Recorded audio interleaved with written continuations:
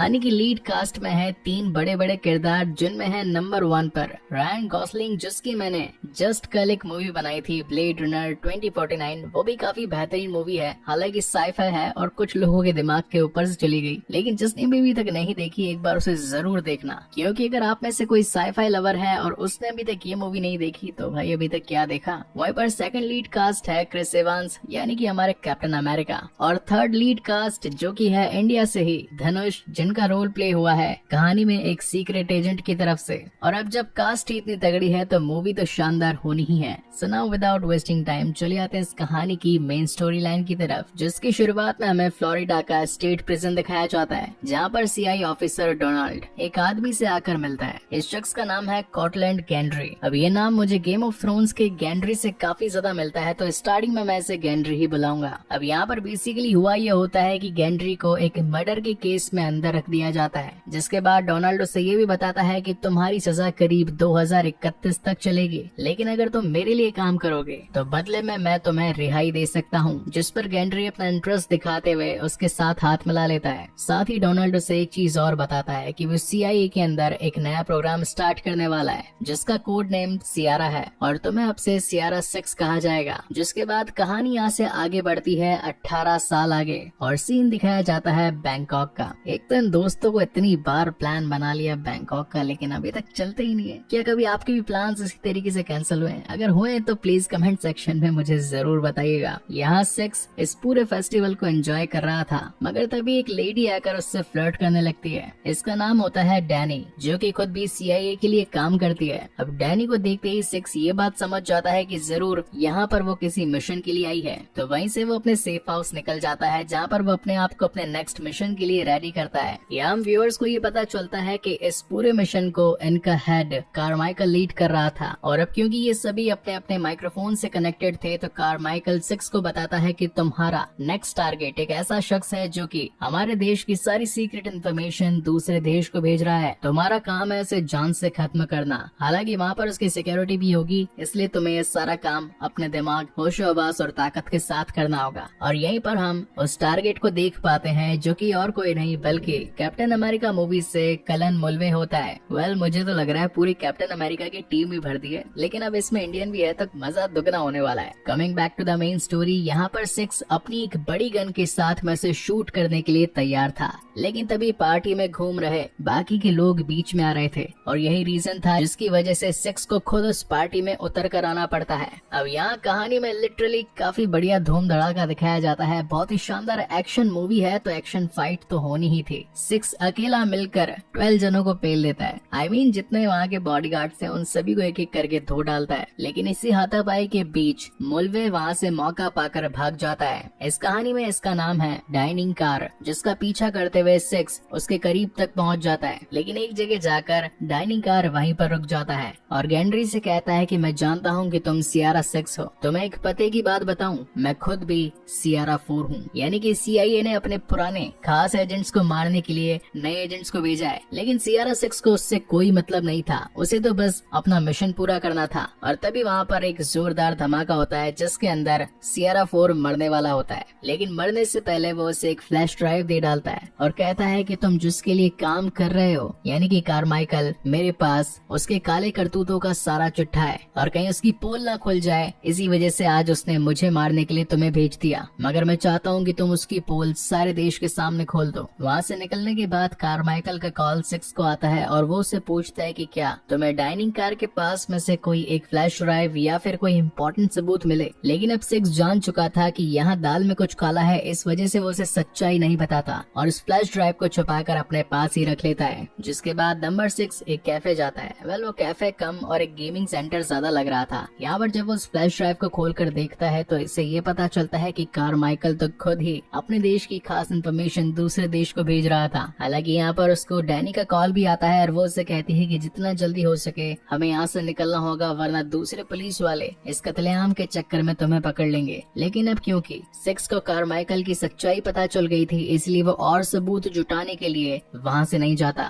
जिसके बाद 6 अपने पुराने बॉस डोनाल्ड को कॉल लगाकर ये बताता है कि वो यहाँ पर किसी काम की वजह से फंस गया है। तो डोनाल्ड कहता है कि तुम टेंशन मत लो, मेरे काफी खास लोग वहाँ पर रहते हैं, वो तुम्हें वहाँ से निकालने में हेल्प करेंगे। जिसके बाद सीन शिफ्ट होता है मोनाको में और यहाँ पर हमारे कैप्टन अमेरिका किसी और इंसान को टॉर्चर करके उससे सारी इन्फॉर्मेशन निकाल रहे थे। पर्सनली कहूँ तो मुझे कैप्टन अमेरिका का वो बियर्ड लुक जो कि एवेंजर्स एंड गेम में था वो ज्यादा पसंद आया, लेकिन इस कहानी में इनका नाम हैंसन होता है। अब अगर हैंसन की हिस्ट्री के बारे में बात करी जाए तो ये है एक मर्सनरी यानी कि सुपारी किलर, जहाँ पर उसे कारमाइकल का कॉल आता है और वो बताता है कि तुम्हारा नेक्स्ट टारगेट सियरा 6 है। हैंसन उससे पूछता है कि इस वक्त सियरा 6 मुझे कहाँ पर मिलेगा, तो कारमाइकल बताता है कि वो अभी बैंकॉक में है और वो अपने खास साथी डोनाल्ड से मिलने के लिए जरूर जाएगा, क्योंकि बैंकॉक में डोनाल्ड का काफी बड़ा हाथ है और वो उसे छिपने की जगह भी दे सकता है, तो उसके छिपने से पहले ही तुम्हें सियरा 6 को ढूंढ कर खत्म करना होगा।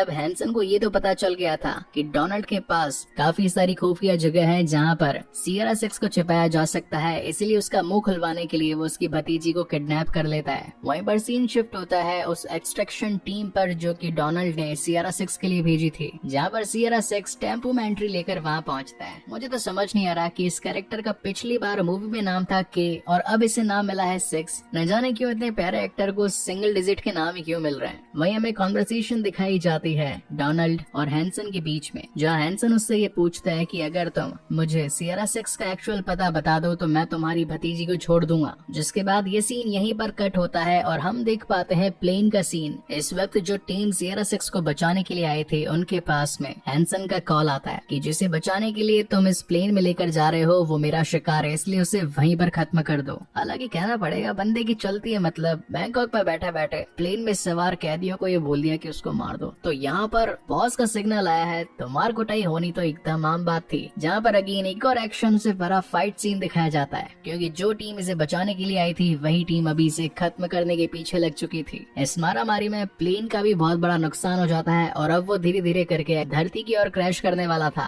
लेकिन सियरा 6 जिसे कि 18 सालों से बीइंग ए स्पाई काफी बढ़िया ट्रेनिंग मिल चुकी थी, इसलिए वो पैराशूट में वहाँ से कूद कर भाग जाता है और फिर नीचे आकर सीधा कॉल लगाता है डोनाल्ड को और उससे पूछता है कि आपने मुझे बचाने के लिए लोग भेजे थे या मारने के लिए। तो डोनाल्ड बताता है कि मैं मजबूर था, वैसे तो वो लोग मेरे ही थे, मगर हैंसन का नाम भी इस जुर्म की दुनिया में काफी चलता है और अब क्योंकि सियरा 6 अंडरग्राउंड हो चुका था तो हैंसन ने उसके सर पर एक बहुत बड़ी बाउंटी रख दी थी। ये अमाउंट इतना ज्यादा था कि इसे पाने के लिए दुनिया का हर बाउंटी हंटर अब तो सिर्फ सियरा 6 के पीछे लग चुका था। जिसके बाद कहानी यहाँ से आगे बढ़ती है 2 साल आगे। फिलहाल सियरा 6 इस वक्त लंदन में होता है और तभी उसकी हैंडलर से उसे ये इंस्ट्रक्शन मिलते हैं कि अब तुम्हें हैंसन के हाथों से डोनाल्ड की भतीजी को बचाना है, जो कि इस वक्त हांगकांग में है। सीक्रेटली पहुंचने के लिए उसे नकली आइडेंटिटी की जरूरत थी, मगर जिस शख्स के पास में वो नकली पासपोर्ट और अपने दस्तावेज बनवाने के लिए गया था उसे भी पता था कि हैंसन ने 6 के ऊपर एक काफी बड़ी बाउंटी रखी है और इसी चक्कर में वो उसे वहीं पर फंसा कर एक सीक्रेट प्लेस पर कैद कर देता है। यह सीन शिफ्ट होता है कारमाइकल पर, जो कि इस वक्त डैनी को ये कह रहा होता है कि सिर्फ तुम्हारी वजह से ही आज सियरा 6 हमारे पास नहीं है। मुझे तो लगता है कि तुमने ही उसकी मदद करी है यहाँ से भागने में। लेकिन तभी उसे एक मैसेज मिलता है कि वियना के अंदर सियरा 6 जो कि अपने नकली दस्तावेज बनाकर बैंकॉक के लिए निकलने वाला था उसे कुछ बाउंटी हंटर्स ने पकड़ लिया है और same to same message Hanson के पास भी पहुंच जाता है। और इसी के साथ कुछ देर बाद में हैंसन की पूरी टीम वियना में सियरा 6 को मारने के लिए पहुंच जाती है। और अगेन यहाँ पर इस मूवी की एक और one of the best fight दिखाई जाती है, जहाँ पर धनाधन गोलियां चलती है और 6 को पकड़ने के पीछे पूरी टीम लग जाती है। लेकिन एट द एंड हैंसन के हाथों सियरा 6 लग जाता है, लेकिन उसी वक्त सियरा 6 के हाथों एक ग्रेनेड लग जाता है जो कि वो उसे अनपिन करके वहीं पर फेंक देता है। इसी चक्कर में एक जोरदार धमाका होता है और हैंसन के हाथों 6 भाग जाता है और यहाँ से निकलते वक्त उसे डैनी मिल जाती है जो कि यहाँ से निकलने में उसकी हेल्प करती है। वही सीन दिखाया जाता है हैंसन पर, जो कि इस वक्त अपने हेडक्वार्टर्स पहुंचता है। यहाँ कहानी की एक और कैरेक्टर जिसका नाम होता है सुजैन, वो भी CIA के लिए काम करती है और वो हैंसन को बुरा भला कहने लगती है कि तुम्हारी वजह से CIA की टॉप एजेंट डोनाल्ड और उसकी भतीजी काफी ज्यादा प्रॉब्लम है। साथ ही हम व्यूअर्स को ये भी पता चलता है कि डोनाल्ड और उसकी भतीजी क्लेयर भी इसी कैसल में है। वही दूसरी तरफ डैनी 6 को ये बताती है कि तुम्हारी वजह से मेरे सारे लाइसेंस जब्त हो गए हैं और साथ ही मुझे नौकरी से भी निकाल दिया गया है और अभी तुम्हारी जिम्मेदारी बनती है कि CIA के सामने तुम मुझे निर्दोष साबित करोगे। और अब क्योंकि निर्दोष साबित करने के लिए कुछ जरूरी प्रूफ चाहिए थे, इसी वजह से ये दोनों पहुंच जाते हैं प्राग। वही प्राग जहाँ पर रॉकस्टार मूवी की शूटिंग हुई थी। बड़े बजट की मूवीज का यही फायदा होता है, बड़ी बड़ी locations, high graphic action scenes और दमदार स्टोरी बॉडी लाइन देखने को मिलती है। यहाँ सिक्स की मुलाकात मार्गरेट से होती है, जो कि कभी सियरा मिशन की एक मेंबर हुआ करती थी, और इसी से उसे ये पता चलता है कि कार्माइल, जो कि आज की तारीख में एक इतना बड़ा इंसान बन चुका है कि उसके पास में इतनी सिक्योरिटी है कि कोई भी उसे छू नहीं सकता। पहले उसमें इतना दम नहीं था, लेकिन उसने इलीगल काम किए, लोगों को सीक्रेट इन्फॉर्मेशन बांटी और खुद को बड़ा बनाने के चक्कर में न जाने कितने क्राइम किए, और उसकी कहीं पोल न खुल जाए इसी वजह से पुराने सियरा के खास एजेंट्स को भी उसी ने मरवाया। और तुमने जिस सियरा 4 को मारा था वो भी उसी के लिए काम करता था,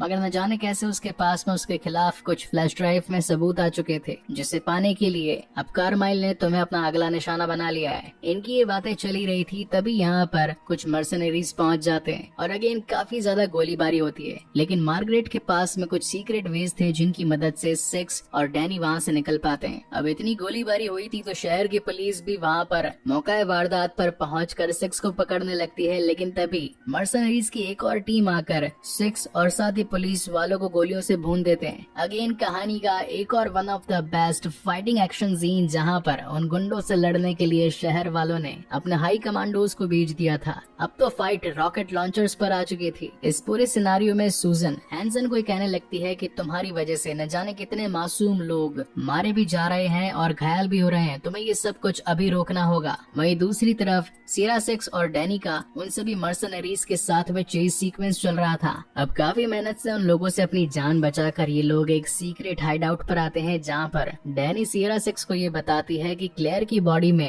एक जीपीएस सिस्टम लगा है, और जब ये दोनों उस जीपीएस सिस्टम को ट्रैक करते हैं तो इन्हें पता चलता है कि वो इस वक्त क्रोशिया में है। और फिर होती है इस कहानी में हम सभी के चहीते धनुष की, जो कि खुद भी एक मर्सनरी था हैंसन की ओर से भेजा हुआ। अब दोनों के बीच में कड़क फाइट होती है। इस मूवी में धनुष का नाम है लोन वुल्फ, जो कि खास तौर पर इस सीक्रेट मिशंस को अंजाम देने वाले एजेंट्स को मारने के लिए तैयार हुआ था। इसी मारामारी के बीच में वुल्फ को लॉकेट मिल जाता है, जिसके अंदर वो फ्लैश ड्राइव थी जिसे कार्माइल पाना चाहता था, और उसे लेकर वो वहाँ से निकल जाता है। वहीं अगले सीन में डैनी और सिक्स भी क्रोशिया पहुंच चुके होते हैं, उस जीपीएस सिस्टम को ट्रैक करते करते, जो कि क्लेयर की बॉडी में था। अब यहाँ पर तो ऑलरेडी काफी सारे मर्सनरीज उसका स्वागत करने के लिए तैयार थे, लेकिन हमारे रोबर्ट पांडे भैया भी किसी दबंग से कम नहीं थे। और फिर क्या होना था, अगेन गोलीबारी धूम धड़ाका। अब इतनी सारी गोलीबारी चल रही थी तो डैनी मैडम कैसे चुप रह सकती थी। तब जाकर वो भी अपने हाथों में बंदूक उठा लेती है और एक एक करके हर मर्सनरी को भूनती जाती है। वहीं दूसरी ओर नजर चुराकर सियरा सिक्स पहुंच जाता है उस कैसल के अंदर डोनाल्ड और क्लेयर को बचाने के लिए। हालांकि इस बात की खबर अब हैंसन को भी लग चुकी थी कि सिक्स यहाँ पर पहुंच चुका है। अब यहाँ कहानी में एक और ट्विस्ट होता है, जहाँ पर हम व्यूअर्स को ये पता लगता है कि धनुष यानी कि वुल्फ उस फाइट में एंट्री कर लेता है, और यहाँ पर डैनी और वुल्फ की धमाधम फाइट हमें दिखाई जाती है। और एक लंबी चलने वाली फाइट के बाद में वो एकदम से खुद ही रुक जाता है, और जो लॉकेट उसने हैंसन को दिया था वो उसे डैनी को दे डालता है और कहता है कि अब वो हैंसन के लिए काम नहीं करेगा, क्योंकि वो वर्थ नहीं है। उसने एक गुनहगार का साथ दिया और मैं हमेशा सही का साथ देता हूँ, इसलिए अब आज से मैं हैंसन के लिए काम नहीं करूंगा। वहीं सिक्स को पकड़ने के लिए हैंसन उसके पीछे पीछे भागता है, और ये लोग पहुंच चुके होते हैं एक मेज में। इस वक्त हैंसन के हाथों क्लेयर लग चुकी थी, जो कि उसके सर पर गन पॉइंट करके सिक्स को सरेंडर करने के लिए बोलता है। अब दो बड़े कैरेक्टर मूवी में रखे हैं तो 1-on-1 फाइट तो होनी बनती थी, जहाँ पर कैप्टन अमेरिका जी अपनी बंदूक फेंक कर सीधा ब्लेड रनर से भिड़ जाते हैं, और यहाँ पर हमें इन दोनों की 1-on-1 कॉम्बैट फाइट दिखाई जाती है। कभी कैप्टन जी हमारे रनर भाई साहब को धो रहे थे तो कभी रनर कैप्टन अमेरिका को उठा उठा कर फेंक रहा था, लेकिन इन दोनों की चलती लड़ाई के बीच में वहाँ सुजैन पहुँच जाती है और हैंसन को गोली मार देती है। ये देखकर सिक्स काफी ज्यादा शॉक हो जाता है कि आखिर सुजैन ने हैंसन को क्यों मारा। तो सुजैन बताती है कि लॉयड हैंसन एक घटिया आदमी था,